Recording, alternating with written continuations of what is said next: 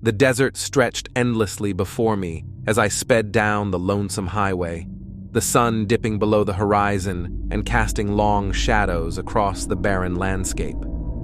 My fuel gauge flirted dangerously with empty, and the GPS, in its infinite wisdom, suggested a shortcut through a desolate forest to save precious time. The temptation of a quicker route proved irresistible, and I turned onto a narrow dirt road leading into the heart of the eerily silent desert forest. As I delved deeper, the twisted branches of gnarled trees intertwined overhead, creating an oppressive canopy that seemed to swallow the sunlight. The air grew thick with an unspoken tension, and a sense of unease settled over me like a heavy cloak. The forest seemed to hum with an otherworldly energy, and my surroundings took on an ominous tone as shadows danced menacingly along the edges of the narrow road. The path ahead became increasingly obscure, the gnarled trees closing in, forming an impenetrable wall of twisted limbs. My GPS, usually a reliable guide, faltered in this forsaken place, the screen flickering before displaying a simple message: no signal. Panic fluttered in my chest as the realization hit. I was lost in a labyrinth of ancient trees with no clear way out. The car's engine growled in protest as I navigated the uneven terrain, the wheels crunching on the gravel beneath. The forest, however, seemed to resist my intrusion, as if the very earth beneath the tires was reluctant to allow passage. The only sounds were the creaking of the trees and the ominous whispers of the wind that twisted through the branches. An unsettling fog began to roll in, creeping along the forest floor like ghostly fingers. Visibility plummeted, and the headlights of my car became feeble beams struggling to pierce the encroaching darkness. The forest, once a mere backdrop, now pressed in on me, its twisted forms and indistinct shadows flickering on the edge of perception. A shiver crawled down my spine as the fog thickened, distorting the path ahead into a surreal dreamscape. The oppressive silence was broken only by the occasional rustle of unseen creatures and the distant howls that seemed to echo from the heart of the forest. Despite the urgency of my predicament, a strange compulsion urged me to continue, as if an unseen force beckoned me further into the depths of the wooded abyss. With each passing mile, the road seemed to elongate, twisting and turning in on itself like a serpent coiling in the darkness. My car's headlights flickered, and the engine groaned in protest.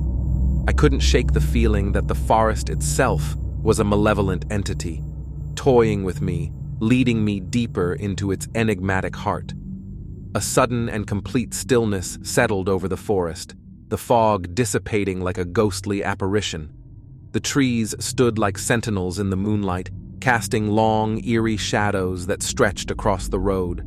I strained to hear any sound, but an unnatural quiet enveloped the forest, broken only by the rhythmic thud of my heart.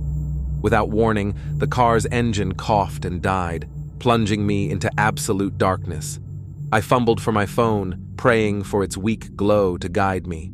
The forest, however, seemed to come alive with unseen whispers that danced on the edge of perception. Panic clawed at my throat as I stepped out of the car, the oppressive silence pressing against me like a weight. The forest, once a mere backdrop, now loomed like a malevolent entity. Shadows shifted in the moonlight, taking on unnatural shapes that seemed to watch my every move.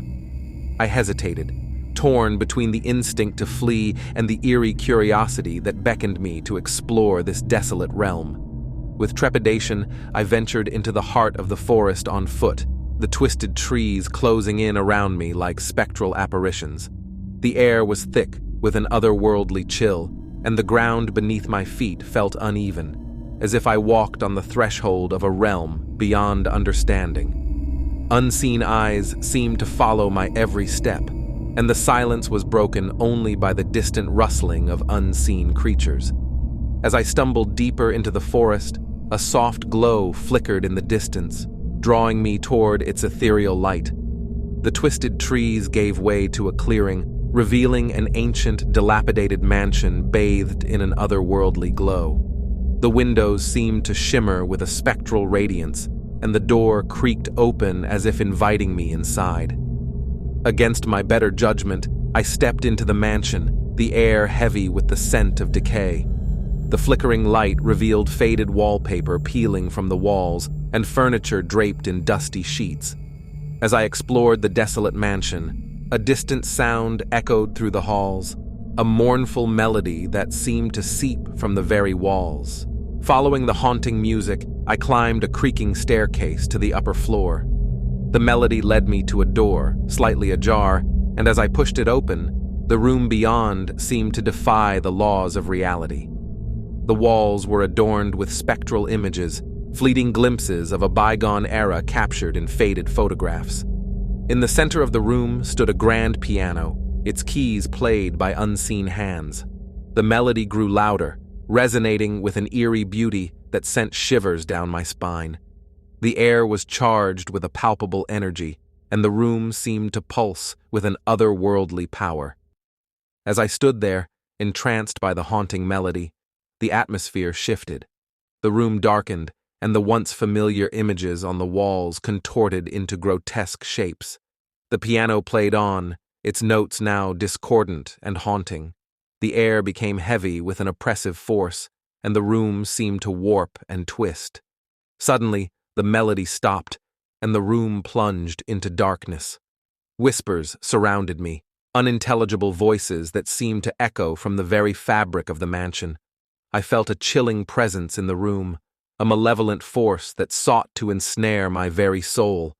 In a panic, I stumbled backward, rushing out of the room and down the stairs. The mansion seemed to groan and sigh, as if it resented my intrusion. The air outside was thick with an otherworldly fog, and the mansion itself began to fade, its spectral glow diminishing until it vanished completely. I found myself back at the edge of the forest, the twisted trees looming overhead. The fog clung to the ground, and the moon cast an eerie glow on the desolate landscape. The car sat abandoned on the dirt road, the engine silent. The forest, once a spectral maze, seemed to retreat into the shadows, leaving me standing alone in the moonlit night. With trepidation, I approached the car, half expecting it to vanish like the mansion. To my relief, the engine roared to life, and I sped away from the forest, the twisted trees fading into the rearview mirror. The haunting melody lingered in my ears, a phantom echo of the surreal nightmare I had endured. As I left the haunted forest behind, I couldn't shake the feeling that the boundary between the tangible and the ethereal was thinner than I had ever imagined. The memory of that haunted mansion and its spectral melody would forever haunt my dreams, a chilling reminder of the other-worldly realm hidden within the heart of the desert forest.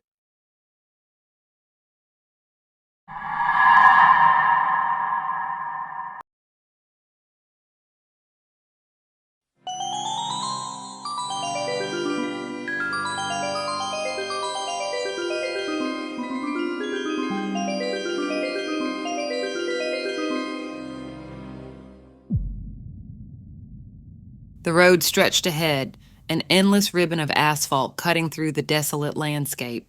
My friend Jake sat beside me, the only other soul for miles in this remote stretch of countryside. We were on a road trip seeking adventure on unfamiliar paths.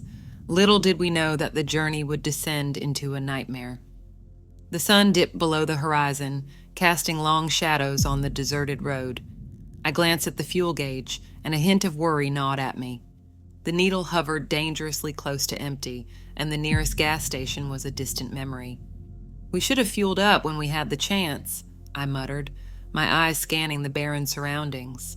Jake chuckled, brushing off my concern. "We'll find a gas station soon. Relax, it's all part of the adventure." Reluctantly, I pressed on, the car's engine humming as we ventured further into the unknown. The landscape shifted, the monotony of the highway giving way to a desolate countryside. We passed through small, forgotten towns, their dilapidated buildings standing as silent witnesses to the passage of time. As night descended, the stars emerged, casting a dim glow on the lonely road. That's when we saw it, a weathered sign pointing towards a town named Ravenbrook. Intrigued by the mysterious allure of the name, we decided to deviate from our route and explore this forgotten corner of the world. The road to Ravenbrook was narrow and winding, surrounded by dense woods that seemed to press in on us. The air became thick with an unsettling tension, and a sense of foreboding settled between us like an unspoken fear. The town emerged from the shadows, a cluster of decaying buildings with an eerie stillness that sent shivers down my spine. The silence was so profound that it felt as though we had stepped into a ghost town frozen in time. No signs of life, no distant hum of electricity, just an oppressive quiet that clung to the air. Unease settled over us as we navigated the empty streets of Ravenbrook. The dim glow of streetlights flickered intermittently, casting elongated shadows that danced along the abandoned storefronts. The town square was dominated by a looming clock tower, its hands frozen at midnight, a perpetual symbol of stagnation. As we explored further, a distant sound echoed through the deserted streets, a mournful wail that seemed to emanate from the heart of the town. Goosebumps rose on my skin, and I exchanged a glance with Jake. We followed the haunting sound, drawn to its origin like moths to a flame. The wail led us to an old cemetery, its iron gates creaking open with an eerie welcome. Tombstones stood like solemn sentinels, their weathered inscriptions barely visible in the dim moonlight. The mournful wail grew louder, echoing through the graveyard like a lament for the forgotten. We approached a dilapidated chapel at the edge of the cemetery, its windows shattered and its wooden doors ajar. The wail now seemed to emanate from within, a spectral melody that reverberated through the decaying walls. Against my better judgment, we entered the chapel. The air inside was thick with a musty scent, and the floor creaked beneath our steps. Moonlight filtered through the broken windows, casting an otherworldly glow on the pews and tattered curtains. As we ventured deeper, the wail intensified, reaching a haunting crescendo. It seemed to be a symphony of agony, a chorus of voices lost to time. The source became apparent. A weathered organ at the front of the chapel played itself, the keys moving as if guided by unseen hands. A cold sweat broke out on my forehead as I watched the spectral performance. The chapel seemed to come alive with unseen spirits, their presence palpable in the chilling air. I grabbed Jake's arm and he shot me a bewildered look, mirroring the unease I felt. Without warning, the organ fell silent and the chapel plunged into darkness. Panic seized me as I fumbled for a flashlight, the beam revealing a ghastly sight. The pews were now occupied by shadowy figures, their faces obscured by the dim light. Their eyes, however, glowed with an otherworldly intensity. The wail returned, louder and more mournful than before. The figures rose from the pews, moving towards us with an unhurried determination. My heart pounded in my chest as we stumbled backward, trapped in the suffocating darkness of the chapel. A voice echoed through the air, a guttural chant that reverberated with ancient power. The figures closed in, their eyes fixed on us with an insatiable hunger. Panic surged as we realized we were not alone. The spirits of Ravenbrook sought something, and we were intruders in their spectral realm. In a desperate bid to escape, we rushed towards the chapel doors. The creaking hinges groaned in protest as we burst into the night, the graveyard stretching before us in an eerie tableau. The wail echoed through the air, chasing us as we fled the haunted town. We stumbled back to our car, breathless and disoriented.